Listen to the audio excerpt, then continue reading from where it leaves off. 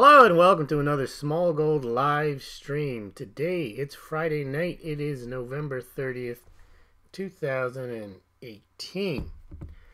And tonight's episode we're going to try again is entitled, Is the Stock Market Supporting the Economy or Vice Versa? Last night we did Is the Economy Supporting the Stock Market or Vice Versa? And we had a lot of difficulties with YouTube. The feed got cut off a few times. And I'm hoping that doesn't happen again tonight.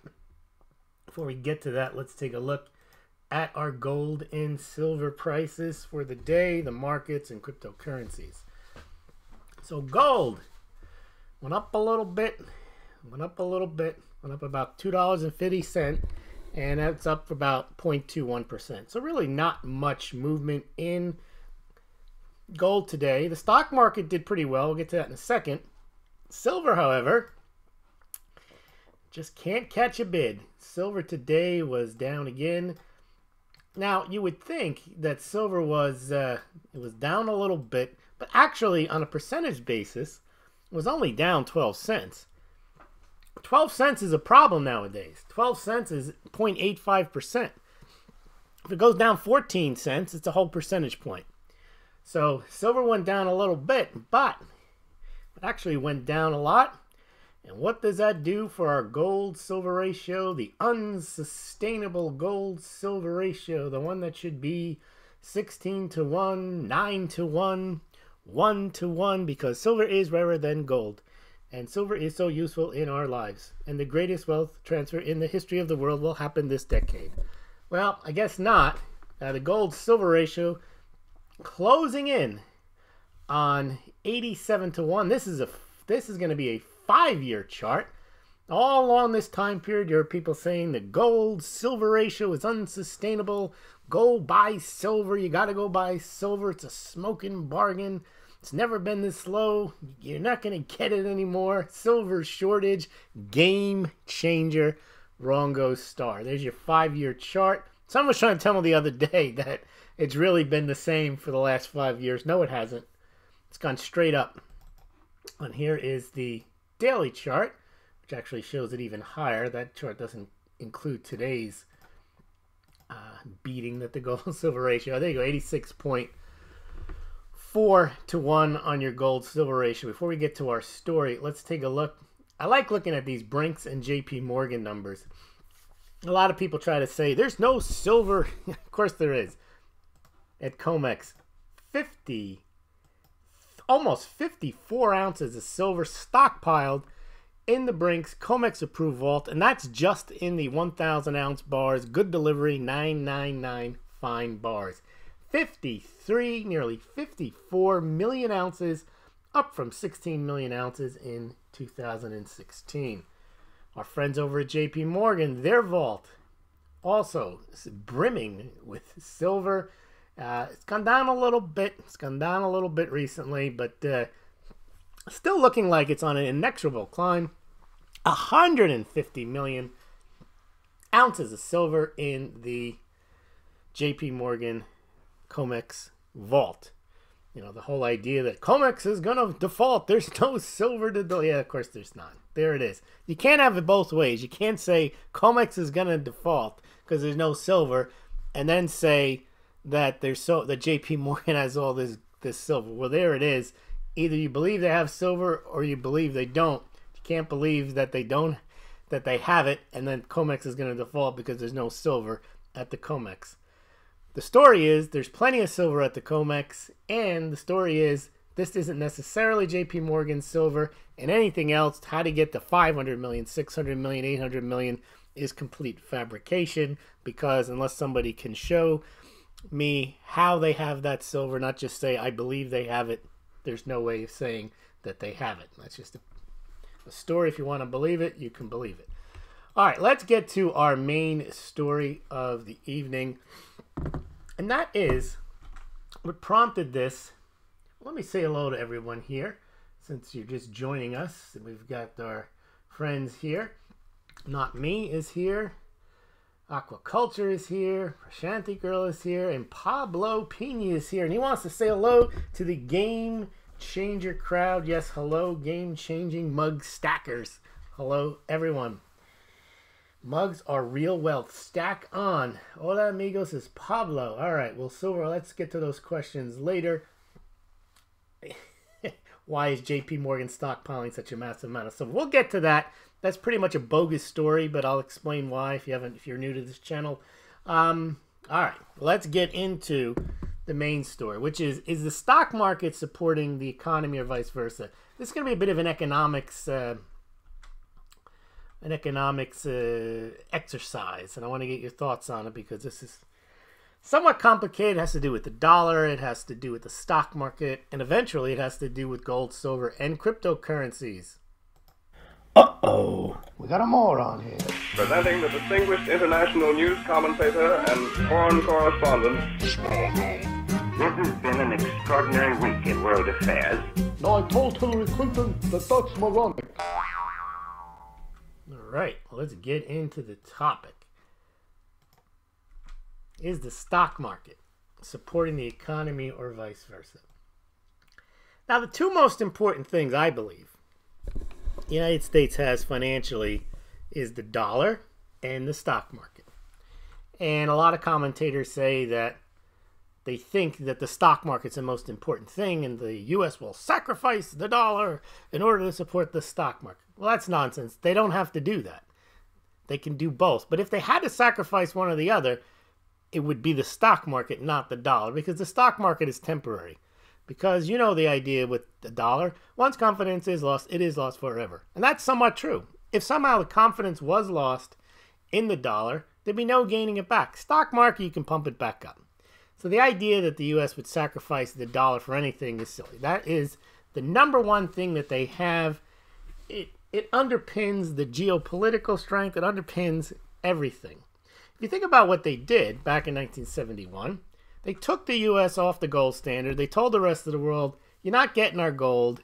You cannot exchange your dollars for gold, as was allowed under the Bretton Woods Agreement. Any central bank that had signed the Bretton Woods Agreements was allowed to get gold from the United States for their dollars. The United States turned around and said, forget it. And the reason they did that, well, they were going to run out of gold. The United States was no longer running big trade surpluses, was actually running budget deficits, and the world caught on to it. France, Germany, and the rest of the countries said, yeah, I know the dollar's as good as gold, but gold is even better than as good as gold, because gold is gold. So here's our dollars. Thank you very much. Here's our warship. Load it up over there, please. And we're out of here. Well, the United States realized that wasn't going to work. They wanted to continue with the welfare warfare state and spend a lot of money. It wasn't going to be backed by gold. And that's, you're seeing the same thing happen in modern day China. Basically, if a country wants to expand fast and beyond its capabilities, it can't be backed by gold. It's got to go into a debt binge in order to do it. And the United States realized, though, well, let's make this debt binge work to our advantage. Let's export the debt and have people,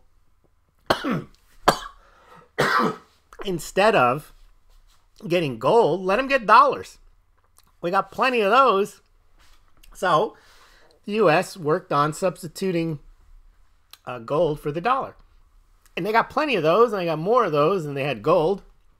And so they figured we'll just expand our debt and expand our inflation.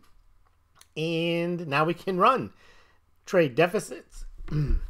We can do whatever we want, basically. And that made the dollar attractive in an odd and perverse way. And now the world runs on dollars.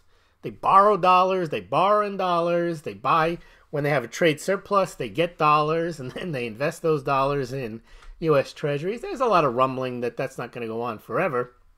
And nothing goes on forever. But it's actually, the dollar's more entrenched now than it was in 1979, that's for sure. There's far more, you would call it wealth in the world, GDP value. The economy's a lot larger, and it's all run on dollars. And that's all a conscious effort of the way the Treasury at the United States is run. That countries run surpluses, they now get dollars instead of gold. I mean, it's genius. You might say it's corrupt because it's not real and it's debt-based and the United States controls the game, but that's what you call dollar hegemony. And people don't realize how entrenched it really is. They can grumble about it, but there's really not much they can do about it. And that's also why, you know, the Fort Knox story is nonsense. And if I advise you to take a look at the video we did, is there any gold at Fort Knox? And the reason I say that story is nonsense is the United States doesn't care what anybody believes or thinks about what's at Fort Knox. That's why they don't audit it, because they don't want anyone to think that the dollar is based or backed by gold. It doesn't matter to them. They want the dollar to be the dollar. And so what if the United States has or doesn't have gold? But if, as I mentioned in the video, I'm not going to give a full overview of it. If the United States really, really cared and was really important for the United States to have gold at Fort Knox, they'd either have it, or if for some reason there was some theft or hypothecation or it's not there anymore, it'd be very, very easy for the United States to acquire 4,100 tons of gold at Fort Knox, or 8,100 tons in total, because 4,000 tons of gold is only worth $160 billion. They printed that in 1 month of QE in 2012. And they can easily acquire from domestic mining production. The United States produces over 300 tons of gold a year. The world produces 3,300 tons. India imports 1,000 tons a month, 1,000 tons a year, and doesn't impact the gold price. So the idea the United States either doesn't have gold at Fort Knox, or it's important for them to have and they don't have it, it really stretches imagination. You have to believe that gold is the most important thing in the world and it's so rare and you can never have it. And then somehow also believe that the United States is impotent and they could never find gold. That somehow it's unavailable to the United States, even though the same people that pump that narrative will tell you the United States goes around the world and beats everyone up and makes the world bend to its will. Well, if that's the case, why couldn't it just go out and get gold? Why couldn't it print money and buy it? And why isn't it there in the first place? The whole story makes no sense. But anyway, I didn't want to talk about this now. What I want to get into now is the stock market. And this is another example of financial engineering. Now, the stock market's gone up threefold since 2009. The Dow Jones was at 8,500 and now it's at 25,000. But did the economy go up threefold? No way. The GDP in 2009 was 14.4 trillion, and now it's at the end of 2017 it was 18 trillion. So it was up about 25%. So there's a huge disconnect between the stock market rising at a rate at multiples higher. That's 8, that's 16 times faster than the stock market rose, which means that the stock market isn't backed by any real earnings growth. In fact, I think 25% of, I think it's the S&P or it's NASDAQ, don't have any earnings at all. This is clearly financial engineering, and it's a result of, for years, it was QE, zero interest rates, and then stock buybacks. Companies would buy back stock instead of investing it in their company and employees and innovation. Why? They're there to boost shareholder value. If you can boost shareholder value without adding revenue or growing the company, and you could do it just by buying your shares back, and that's a simpler thing to do, why not? And then the company directors and executives, they get paid for doing that, and if they manage to move the stock price higher, they win. Everybody wins. So that's what they do. And it's a form of, I say it's a form of market manipulation, but it's totally legal. And they think their stock is undervalued. What's amazing is they're still doing it. Even today, when you would say stocks are overvalued, they're still buying back their stocks. And that doesn't make a stitch of sense. Why? Generally, the idea while they allowed stock buybacks was a company's board of directors can say, you know, our company is really worth more than the market's giving it credit for. So we think it's a good use of our cash to buy back our shares and help the market. Well, now what they do is they borrow money to buy back shares, even at the overvalued prices, because they want to boost the stock market. So clearly you have the Treasury, the central banks, the Federal Reserve. Their idea is they're going to boost the economy. They're not going to make it more productive necessarily. They're going to create a wealth effect. They're going to boost the stock market. Now remember, the Fed's dual mandate, as according to it's basically the mandate the Congress has given to the Fed, is price stability and full employment. And price stability means that the dollar needs to be stable and prices in the economy need to be well, they want to make them go up 2% a year, which doesn't make any sense, but that's what they think somehow creates growth. It doesn't create growth at all. Having inflation, paying more for goods and services, and that's what their definition of inflation is price inflation. It doesn't make the economy work better because the prices are higher. But in any event, what they do is they say that they're also interested in full employment. I don't know how the monetary policy helps employment, but they are supposedly in charge of that. But as to price stability, they actually are not looking for stable prices. They're actually going against their mandate because they have said that Bernanke, well, the reason that they did QE and printed all that money wasn't to create stable prices, was to create a wealth effect and actually boost asset prices. Now, boosting asset prices hurts savers, and Bernanke was saying, yeah, but, these savers also have houses, they own stocks, and so it's really not that much of a hardship, even for senior citizens. They have houses, so their 401ks go up, their houses go higher. Basically saying, look, we're going to boost asset prices. Now, who does boosting asset prices really help? It doesn't help the senior citizen. It doesn't help. Actually, if you own a house and you're a senior citizen and they raise the price of your house, all you do is pay more taxes on it. It doesn't increase you can't do anything with it unless they encourage you to take out an equity home loan. But otherwise, all you do is pay more money to live in the same house. But what they try to say is that creating a wealth effect is good for the economy. That's what Bernanke said. Yellen took over from Bernanke and she touted the same line of nonsense. In fact, she said she defended QE as not being just for rich people. This is back in 2014. She said, a lot of people say that this is just helping rich people, but it's not true. Our policy is aimed at holding down long-term interest rates, which support the recovery by encouraging spending. And part of it comes through higher housing prices and stock prices, which causes people with homes and stocks to spend more, which causes jobs to be created throughout the economy and income to go up throughout the economy. Well, there you have it. That's what she said. That's the idea. Create a wealth effect and everything works out better. Now, the reason that's nonsense is if you're in a house and everyone's in a house, the house rises in price, but the house is no better. It's not worth anything more. They just managed to financially engineer the higher housing prices because they lowered interest rates and made it easier for people to buy your house. But the house doesn't produce anything more. In fact, the house is a year older, 2 years older, 3 years older. It shouldn't be worth more. It should be depreciating if you don't keep it up. But this is how they create the financial asset. They boost asset prices without having to create any additional productivity or value. Your house is worth more. Why? Because they created an economy around it so that the housing prices could rise. Same with the stocks. They're able to issue new stocks that don't have earnings, speculative things. Why? Because people aren't going to put money into fixed income because there is no fixed income. You're not going to get any interest rate on a CD or a bank account. So you put your money into housing, you put your money into paintings, you put your money into stocks. Now, who puts their money into these things? Rich people. The average person doesn't go out and buy paintings, doesn't go out and buy rare whiskeys and cognacs and stack them in a wine cellar. They don't go out and buy a few houses. They don't go out and buy portfolios of stocks.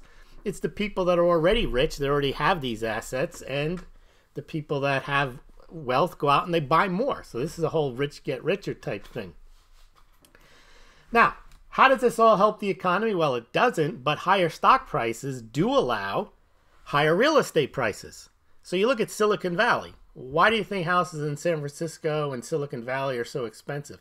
It's not so much because of the climate. It's because they work for companies that don't necessarily make money, but because their stock prices have gone up tenfold, and people, even the rank and file, might have stock options. They may have $600,000 worth of stock options. They can actually use those as part of their assets in order to get a mortgage to buy the average housing price at like $1.3, $1.6 million in the Bay Area. So this is And they're not, and many of them work for companies that don't make any money. So higher stock prices also mean, you can see why they love this game here. Higher stock prices mean more capital gains. Now, capital gains are taxed, yes, and the higher the stock prices go, the more people make money, so to speak, on these companies that don't make money, which means then they pay more capital gains tax. They're happy to pay capital gains tax if they have gains, something gold and silver investors don't have. But if you think about it, you buy all these FANG stocks and all these stocks that don't make any money, and the prices rise. Well, that's great for the economy. They don't have to make a profit, which is great. I mean, they didn't have to do anything. All you had to do is financially engineer this. And now, people, the richer people who have these stocks, they make money, and now they can pay more in taxes. And it also means you can get higher property taxes. As we mentioned, that's not good for the senior citizen who's not invested in stocks. But to the people that see their housing prices rise, now they pay more in property taxes. So you can see how the government likes this. This is a great thing. You financially engineer stock prices higher. You financially engineer housing prices to go higher. But you don't necessarily have to create any real economic growth or gains. As we mentioned, the houses are still the houses. They're not any better because they're more expensive. They're the same house. In many instances, yes, some of the companies may grow a bit, but they're not growing at the rate of their stock appreciation. So you can see how the Treasury and the Fed like to keep the dollar boosted, and then of course they like to have the stock market boosted, and they like confidence in both, because if you have confidence in the dollar, we've already seen you can export that across the world, and the United States can live beyond its means. And if you have confidence in the stock market, a lot of those dollars come back into the stock market, and they boost the companies that may not have any earnings. So what happens if there's a stock market crash? Does that end the economy, or is the economy supporting the stock market? So the two pillars of this whole recovery have been, or the everything bubble, basically stock and real estate markets. And that's exactly how the Fed engineered it. The multi-year, multi-trillion-dollar quantitative easing. And now they're kind of taking the foot off the pedal. They've stopped the QE. They're supposedly doing a little tightening, selling off some assets, and they're raising interest rates. And the reason they raised interest rates, in my view, was starting in 2015, the world was a little nervous. They were a little nervous that the U.S. had done $4 trillion in QE, and there was a little confidence lost, just a little bit in the dollar. So what did the United States Fed do? They stopped QE. Then they started talking about raising rates. They did that for like 2 years. They finally raised interest rates. I said they would raise interest rates because they had to. Everyone say they could never raise interest rates because it's going to crush it. Anyway, they raised interest rates because they realized they needed to keep the confidence in the dollar. And remember, the dollar's confidence is not against gold or silver. It's against all the other fiat currencies. So what they do? They convinced the ECB to do QE. They convinced Japan to do more quantitative easing. Bank of England went down to zero. And then basically the United States looked like they were the prudent central bank. They stopped QE. They were going to raise rates. The treasuries at least paid a rate of interest, where all other government sovereign bonds didn't pay anything. And then, of course, you got QE coming out of ECB. And now ECB's QE is even larger than the United States' QE. And not only is it like at $5 trillion instead of the U.S.'s $4 trillion, they're buying corporate bonds. I think they've even run out of corporate bonds to buy. And, of course, the Bank of Japan buys all of the Japanese government bonds. So the Fed is actually the more prudent bank when you compare it to all the other reckless banks. That's all done on purpose. It's all coordinated. There's no currency wars.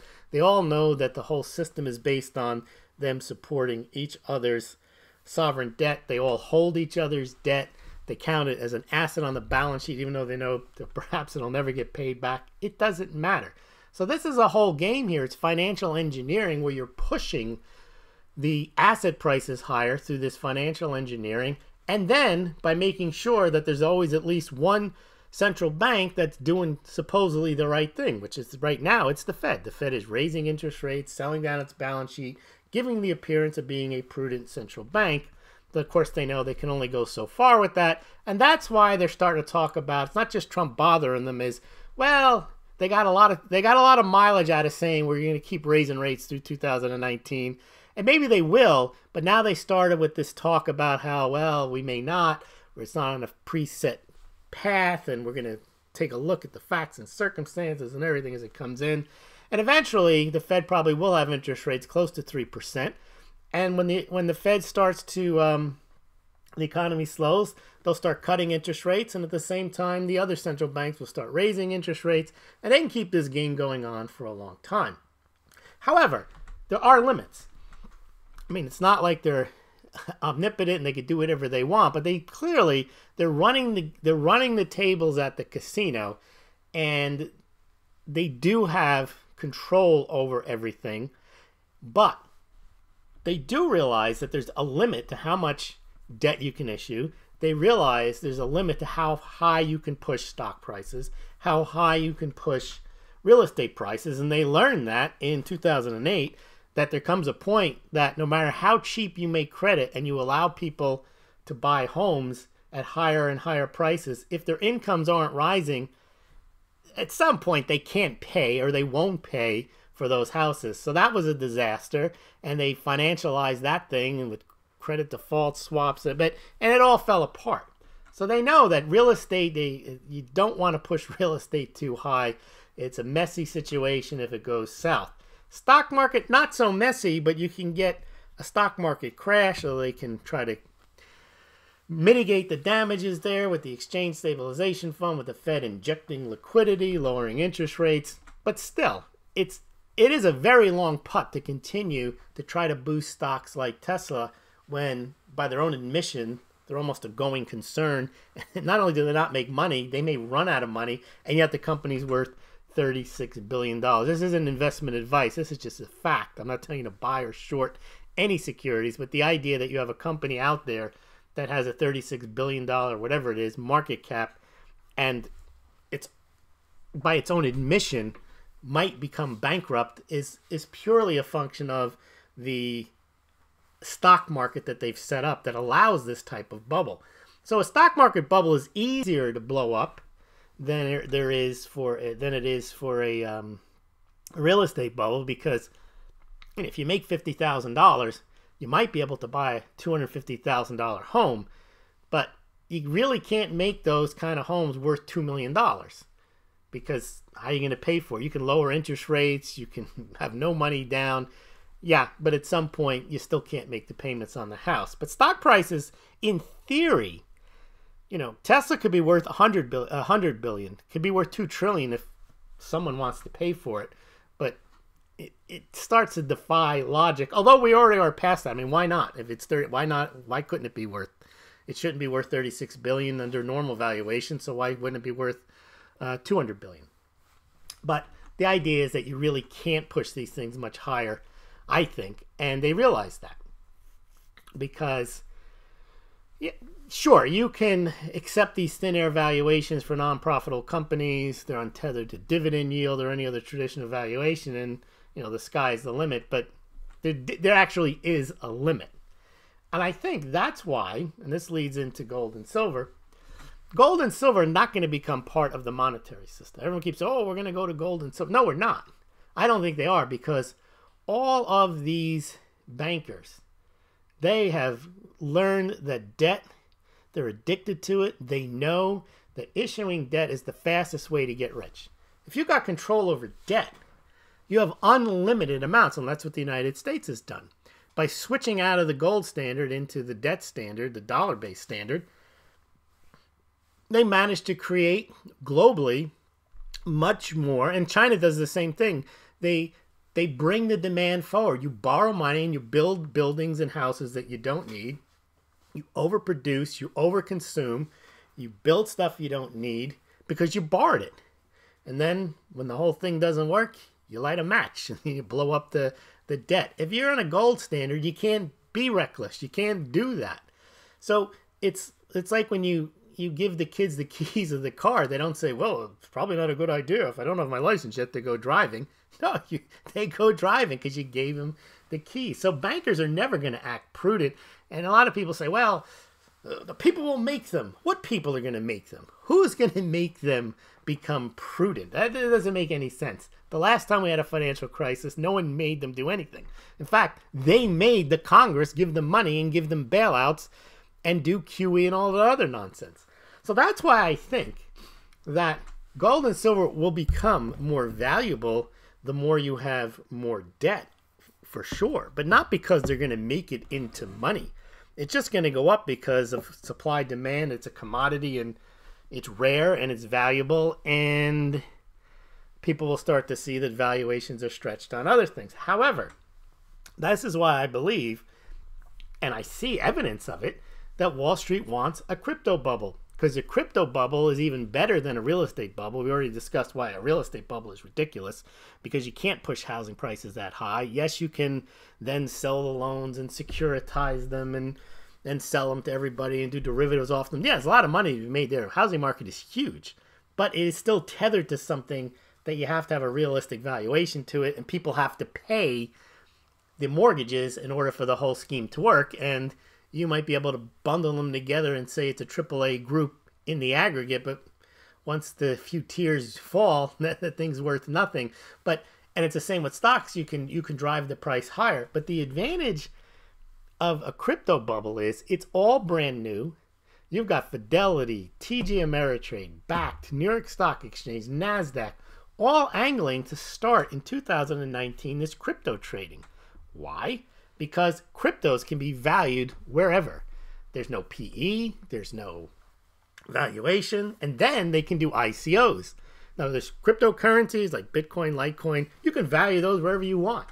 They already have been. Bitcoin already was $20,000, already was $4. It can go to 50. It can go anywhere. Why? They just have to convince people to buy it. Look, if they can convince people to buy Tesla, they can easily convince people they got to have a little Bitcoin in their portfolio, new asset class. That's all I kept hearing at this Consensus Invest conference in New York City. You had Fidelity, TD Ameritrade, Bakkt, New York Stock Exchange, Van Eck angling to get an ETF. You know, if you get one ETF, you're going to get a bunch of them. They're all going to be putting these new assets into ETFs, and then institutions can trade them. Goldman Sachs is invested in Circle, Poloniex, and then there's the ICO market. $4 billion worth of ICOs were issued in 2017, all of them illegally. All of them issued in violation of U.S. securities laws, for the most part. None of them were registered. And who made all that money? No one on Wall Street, no one on Silicon Valley. All that went to people conjuring up white papers and then hiring a celebrity or some guy on YouTube and had him promote them.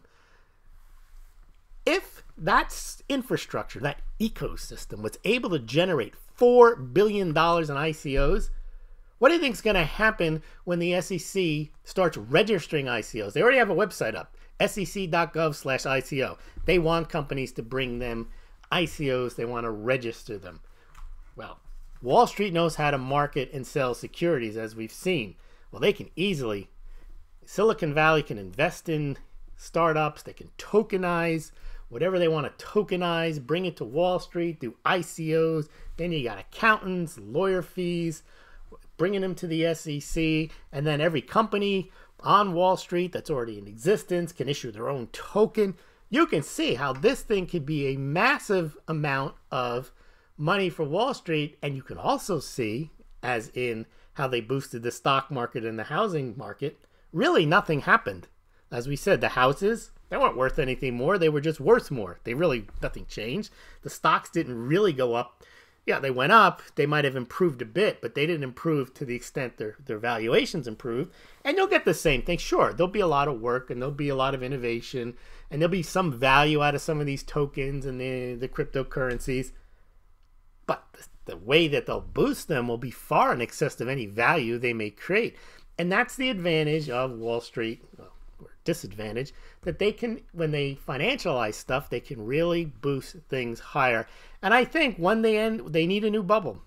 You know, when the NASDAQ bubble ended, then they had to create a housing bubble. When the housing bubble ended, they had to pump back up the housing bubble and the stock market and the everything bubble. I think now 2019, they're laying the groundwork to start a crypto bubble. Let's see what you guys think. All right.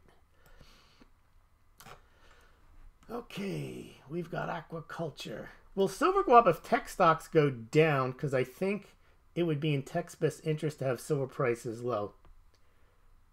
Yeah, I mean, silver is a commodity. It's used in electronics. It's not a major input. The big price of your iPhone isn't because the amount of silver that they have to put into it. So if you remember back in 2011, prices went to $50 and they didn't stop making electronics. So that's the good news, is that the silver price doesn't seem to be very inelastic. We could see silver triple and no one's going to bat an eye. You know, it's pretty much, you're not looking to switch costs. You're not looking at, oh, we're going to go to graphene if the silver price gets too expensive. That's probably not going to happen. So that's good news. But the thing is that the demand for silver and electronics has basically been flat for the last 10 years. In fact, it was 310 million ounces in 2010, and it was 233 million ounces in 2017. Actually, it went down. So I wouldn't count on electronics being a catalyst for silver demand. Alternative news from Liberty Flash. Okay, why JP Morgan stockpiling such as massive amounts of silver? Well, first of all, 150 million ounces that you're looking at here on the screen, that is a lot of silver. But the question is whether that's their silver, and no one can say that it is. It's in their vault, but a lot of it could be client silver. But it is a lot of silver. What I was saying is the additional silver that some people claim they have, there's no way of proving that. Oh, by the way, I promised a Smaulgld subscriber we take a look at the Dow Jones versus the gold index. And you can see here that it's at about 20.7 to 1. It's pretty high. A lot of people say that when it gets to 1 to 1, that's when you sell your gold. I think you got a long way away from that. It's at 20.7 to 1. It's up a lot. You can see back in 2016, that's where the left side of the chart is, where it says Smaulgld. It was down to about 12 to 1. That's because the stock market was lower and the gold price was higher. And that's what you see on the chart. The gold price is in gold above. Aquaculture says, I think no market maker will demand physical silver if they want to survive. Well, the other thing is aquaculture, I think that's a myth that a lot of people think that the traders even want the silver. They don't. They're there to trade fiat. They're either there to manipulate, put that aside, otherwise they're there to trade to make fiat profits. They don't want the silver. They're not stackers. In fact, I was on with, what's his name, James Henry Anderson a few weeks ago from Silver Doctors. We were talking about LBMA had this conference, and some of the participants were there, and the woman, I forgot where she was from, but anyway, she brought with her like a gold bar, and some of the traders are looking at it, oh, I never saw that before.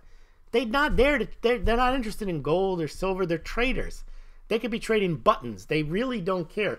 And so no one's going to demand physical silver. They're not there to buy silver. See, people who want to buy silver, you go to Silver Doctors and you buy silver, or you go to a broker and you broker a large amount of silver. You don't trade contracts and then stand for delivery. Now, there is a delivery option, and there's plenty of silver there if you want it, but no one really wants it. If you look at the COMEX trading, I think it's like 97, 98% don't take delivery. The contracts either roll over or expire by their terms. They don't want the silver. Again, if they want silver, they buy it. Pablo Pena, tech stocks have been climbing a lot the past few years and silver stayed suppressed. That's right, because the amount of silver required to support those electronics didn't really increase that much. Exactly, Pablo. I would think this is aquaculture. Tech, like Apple, sells their product huge profit margin compared to the input costs. That's exactly what I was saying. Right? Their input costs, aquaculture, are low on silver. It's mostly intellectual property. I wouldn't even say labor because they make it in China. It's mostly intellectual property and the markup that they have and the marketing expense. It's not the silver in the machine. So one of the inputs being silver would make sense. They would love it if it's low, aquaculture says. Yeah, but it is low. The amount of silver in there is nothing, really. So they save a few cents, a few dollars. Remember, they're selling an iPhone for $1,200, $1,000. They don't care if it goes to $50. It's no skin off their nose. Yeah, if it goes from $14 to $10, that's better. But that's not going to make or break them, the amount of silver in there. Okay, Ace says the world will not run on dollar much longer. Now, why do you say that? Strike 1, Iraq. Strike 2, financial crisis. Strike 3, pulling out of Iran deal. The world sees America as unstable and untrustworthy. Yes, that may be true. The world. I don't know who the world is. However, no one is stable or trustworthy. Every country has two reasons why the whole dollar collapse, end of dollar hegemony is nonsense, is there isn't another currency out there or a stable country that isn't full of debt that is any better than the US dollar, and they all have dollars. They're locked into a dollar system. The only ones that aren't are the ones that are on sanctions, and they've made the calculated effort that it's okay to have them out on sanctions. Question, a lot of people store gold in Singapore. Do you think it's likely in a war situation China might invade and steal it? That's a very good point. I've never thought of that was a good idea to put gold in Singapore, because Singapore is a tiny state nation. I don't think it would defend your gold one bit. I would rather have it in Switzerland. I'd rather have it in Australia. I'd rather have it in England. I wouldn't want to have it in New York just because a terrorist can bomb the place and nuke your gold. I think to have it stored off-site, I would want to have it somewhere that can't be just overtaken, and either in the United States or somewhere just away from harm's way.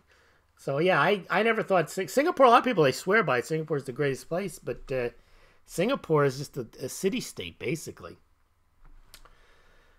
I think Singapore, like Switzerland of Asia, is seeing. Well, that's a good point, but the question is, does Asia look at Singapore like that? In other words, do they view that as hands-off?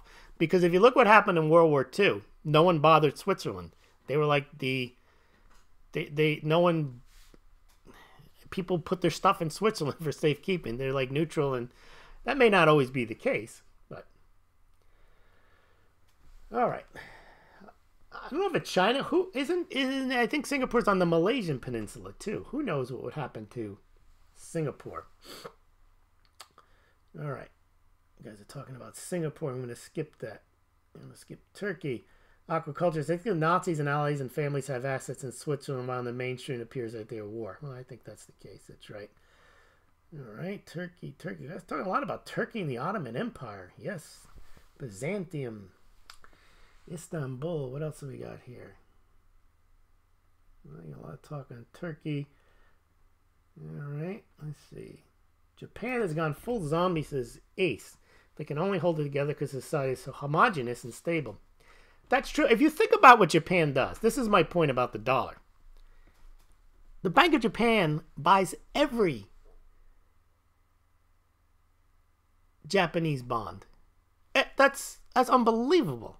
And they basically have a economy that's been flat for 20 years. China is ridiculously indebted and has ridiculously borrowed money over in excess of the... It's, well, they got all that infrastructure now.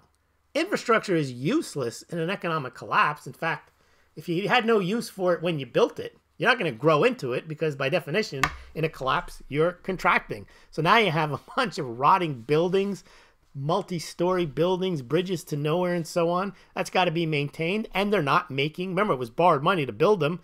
Well, they're not going to make any money if no one's in them. They're not going to make any money if no one's driving on the bridges. So how are they going to pay their loan back? So that's a collapse situation. That's why the United States is in actually far better shape than most people think. You know, the BRICS are going to do some... You know what there was in the BRICS? BRICS is China. South Africa is going to crush the dollar as part of the BRICS. A lot of this talk of de-dollarization, it's all gold pie in the sky talk. That somehow... The United States is the worst country economically, worst country across the board. All you have to do is then compare what really is. Yeah, sure, the United States has a lot of debt, but they also have the world's reserve currency. They also have the biggest military. There's other countries that don't have a military and have as much debt. And they have domestic problems that if they were to go belly up, they'd be out of power. So, yes, you're looking at an entire fiat currency system that's weak, but the United States is the centerpiece of that weak system. Iran's in no position to do anything, nor is South Africa. India is not going to crush the dollar. India works with the United States. So does Brazil. China has got so many problems. They're not going to, their goal isn't to crush the dollar. Their goal is to stay ahead of the curve and make sure they can try to keep growing and that their debt Ponzi scheme doesn't run out and that their people don't riot. Their goal, see, a lot of people think that because they listen to these channels, that China's goal in life is to accumulate as much gold as possible, roll it out into a stadium, and crush the dollar. Or stand for delivery on COMEX. That's not what's on China's mind. And I think a lot of people don't realize that all they hear is the world is sick of the dollar. They've had it and the dollar's days are numbered. Yeah, I'm sure a lot of people don't like the dollar. All right. Zombify the world. Okay. Let's see. You guys talking about China. Lewis, I bet you're right in the crypto bubble. I don't know if there'll be a bubble. They may not succeed. But I see it in place, all of these companies on Wall Street looking to make big moves in the space. They're cozying. Look, at that crypto conference, you had the head of the SEC talking about regulating cryptos. And who was he being interviewed by? They didn't tell you this, but if you look up the guy's biography, he's a director of the New York Federal Reserve, and he runs a fund. It's all big money there. And then you had Mohammed El-Arian, used to run PIMCO. He's now on, which is owned by Reliance, and he's now the chief economist there. He's saying crypto is here to stay. I mean, these people, they don't care. They're there to make money. There's big money to be made financializing anything, and cryptos are perfect for it.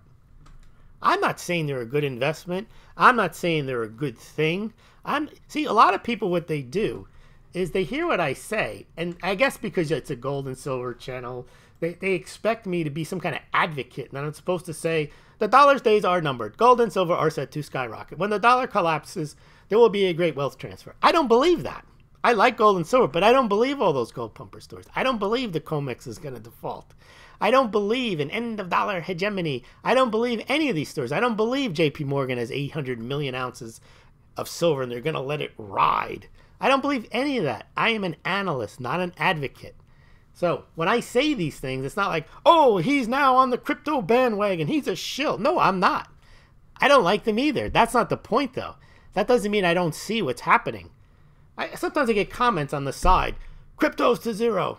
Okay, you think that, but why do you think that? No, you want that to be the case because you think somehow if cryptos go to zero, somehow, I don't know, that's going to help gold or silver. It's not. These bankers know how to make money, and you have to watch what they do. And you can't just assume they're going to get crushed. They don't get crushed. They always win. That's the problem. You underestimate what they do. How low will crypto go? I don't know. Again, I don't make price predictions. I don't advise people what to buy or sell. I'm just telling you what I see in a macro level. All right, you guys are all here. What's the point of cryptos? Okay, I missed that here. If it gets centralized and have all the redundant middlemen. Okay, that was a question that was raised at the conference. But remember, the point I made was just because the central banks can centralize exchanges, know thy customer, they can put them into ETFs and do all that, that doesn't change the tenor of cryptos, which can also be used outside the system. And this is why they want to do it. They know that if cryptocurrencies take off in their current form, decentralized, and then decentralized exchanges, and then peer-to-peer exchanges, and then atomic swaps, then they know that it's out of their reach. Not only can they not make money from it, they can't even tell what's going on. So what are they going to do? They're going to roll it into the system. They're going to roll it into the system, aquaculture, and they're going to try to get as much of it under their purview. ETFs, centralized trading platforms, know thy customer, anti-laundering, money laundering, no tax evasion. If they can get 60 to 80% of the value of cryptocurrencies and ICOs, well, all ICOs will be under their purview because you won't be able to do them, they'll be illegal. But then all cryptocurrencies, if you can get the vast majority, then the amount that trades outside the system, not all of it's going to be illegal, but the part that is illegal, they'll have the resources to go after that and fight that while making a fortune out of centralizing what is essentially a decentralized asset. All right, Max is waiting to the beginning of the year before he gets into cryptos. All right. Let's see. Yep, Persanti's girl says it's just an asset class for Wall Street to play in. But it's an asset class that's made for them. Because they can pump it. I mean, look, no one knows how to value Bitcoin. It could be 0 or it could be 20,000. We know that. It's already been both. Now, if Wall Street wants to make it 50,000, they can make it 50,000. If they want to run it back down to $50 so they can make money shorten it, they're going to run it down to $50. Then they'll run it back up to $100,000. Then they'll run it back down to $2. And if they want to get rid of it all, if they've got 80% of them, they just bust up the whole thing. That's why I think they're going to, I don't say they're going to be in that extreme. The point is, it's easily manipulated once it gets into the system. And you lock up Bitcoin in an ETF. It's not going anywhere. Can't trade it, and then they can derivative around it. They can do index fund. There's so much they can do with it. And again, I'm not advocating it. I'm just telling you what I know they can do. All right, let's see. Venezuela made a poor choice keeping their gold in England, says Pablo. That is true. We talked about that the other night. It's like you have the laws on your side. You ask for it back, and they say, sorry, we're not going to let you have it. Sorry. Oh, to be honest, you can't have it. Cayman Islands, ghost cities, yeah, Godzilla. Look at all these comments. Fritz Bender, do you expect Palladium to climb higher, and what's with Rhodium? I don't follow Rhodium at all. I do follow Palladium and Platinum. I'm just astonished that Palladium, which is rare, it's even rarer than Platinum, and Platinum is 10 times mined less than gold, that Platinum is down. I would have thought Palladium used to be... Well, we'll use Palladium because it's $500 an ounce when Platinum was $1,200 an ounce, and that made sense. And then Palladium is more expensive than Platinum. I really don't understand that. Because Platinum is also rare, and Platinum actually has a jewelry market, and Palladium doesn't.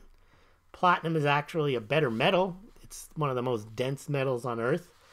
It does make attractive jewelry. I understand they use Palladium, but you can just as easily use Platinum, and I guess they haven't gotten around to switching, but maybe someone's manipulating or cornering Palladium. I don't know. I mean, if we were all smart 7 years ago, instead of thinking, oh, we're going to buy silver, you just went out and bought Platinum and Palladium, you would have done okay, but who would have thought that that was the case? All right, let's see. Lewis is the Jeffrey Toobin of Chris Daines, Mark Levin. That's right, I said it. I don't know who Jeffrey Toobin is. Who's Jeffrey Toobin? To Chris Dwayne's Mark Levin. All right. Yeah, I'd like to see Lewis and Dwayne have a debate. It wouldn't be a debate. Chris's point of view is based on what he thinks is going to happen and what he's been saying is going to happen. It hasn't happened.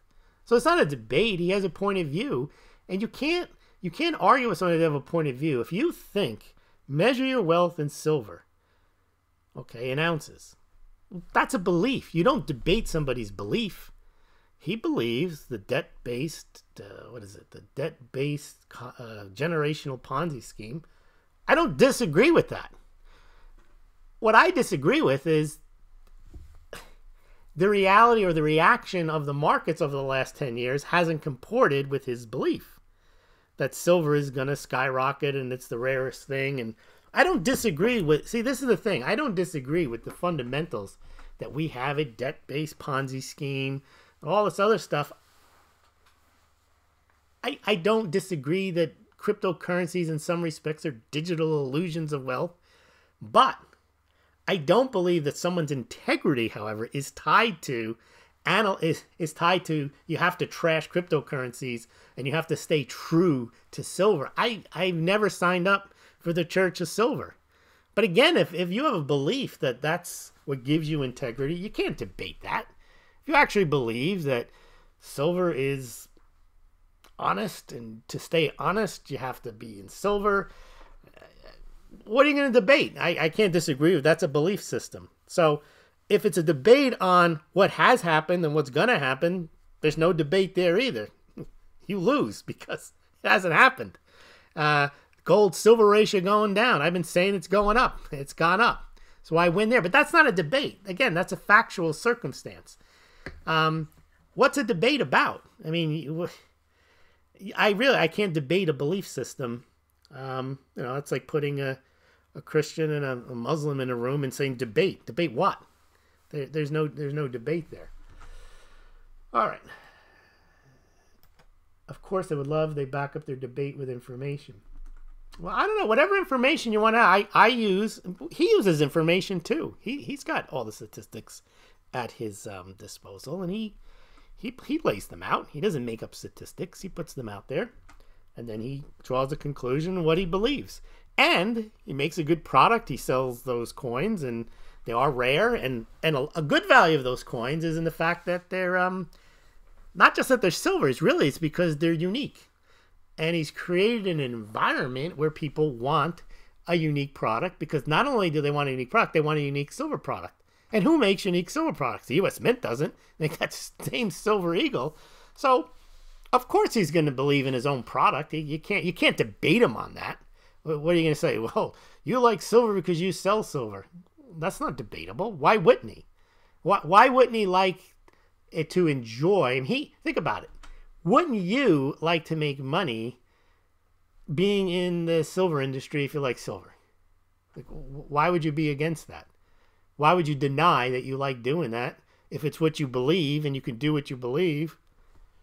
He's already won. I mean, he does well because he's in an area that he likes. So there's no debate. I don't know what you'd want to debate. I could debate whether one has integrity or not, because I think one thing Chris said about he lost respect for me because I started covering cryptocurrencies. Like, well, first of all, I'm not here to gain people's respect that I don't know, and I never was in the Church of Silver. I'm an analyst. I'm going to analyze stuff. I'm not in a cause.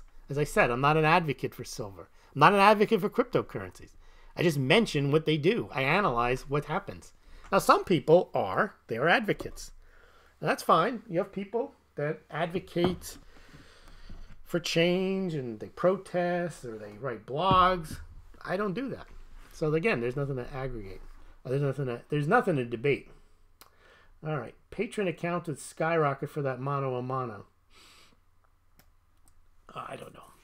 I think you guys you like a spectacular, but there's, unless it, and I'm not interested. There's no, and I have no animus towards these people online. I don't know who they are. Why? I'm not mad at them. I'm not going to be angry with them. I'm not going to call them names. So what am I going to debate? I do know how to debate, though. I was a lawyer, but debate has to be on a topic, not where do you think gold is headed. You can't debate a prospect.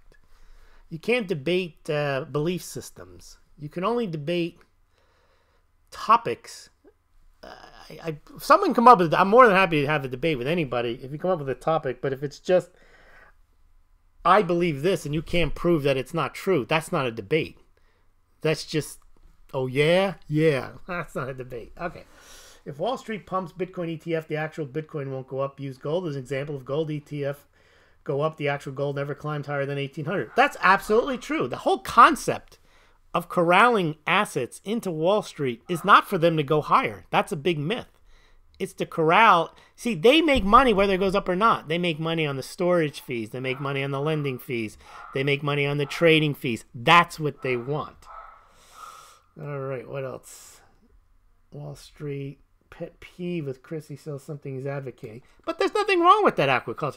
Well, you want him to say, hey, look, I made all these nice looking coins, but they really suck. I mean, of course he's going to advocate that.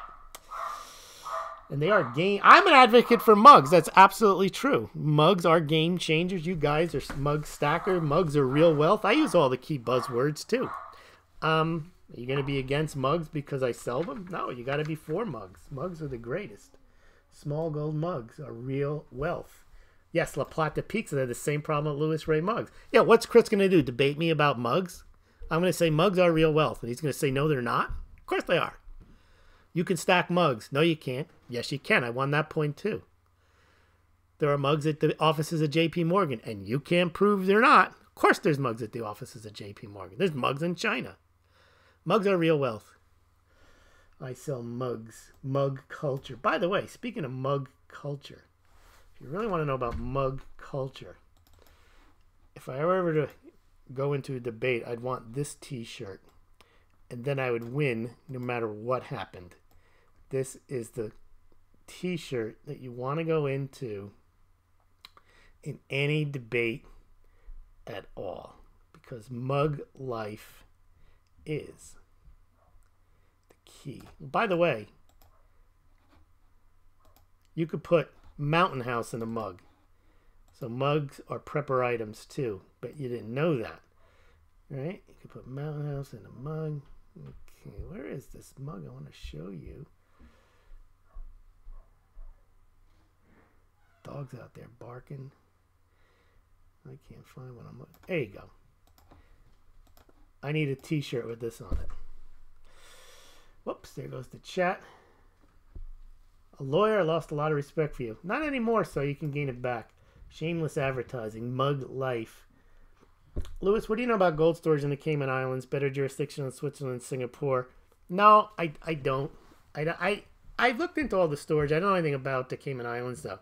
Problem I have with Cayman Islands is it smacks of like hiding money. That's where all like the Florida pumpers put stuff. It just sounds offshore. I don't know. I don't know anything about Singapore. I don't know anything about. I don't know if any. I don't even know of any storage facilities in Cayman Islands. All right. Yep. Game to. By the way, Pop, did you get your mug up there in the north? Did you get your mug? All right. Well, by the way, I'm going to make my pitch for mugs. Mugs are real wealth. They're not part of this debt and death paradigm. So please go to Smaulgld.com and get your Smaulgld mug, because mugs cannot go to zero. So check it out. It's Smaulgld.com. And stack on, game-changing mug stackers, and we will see you tomorrow.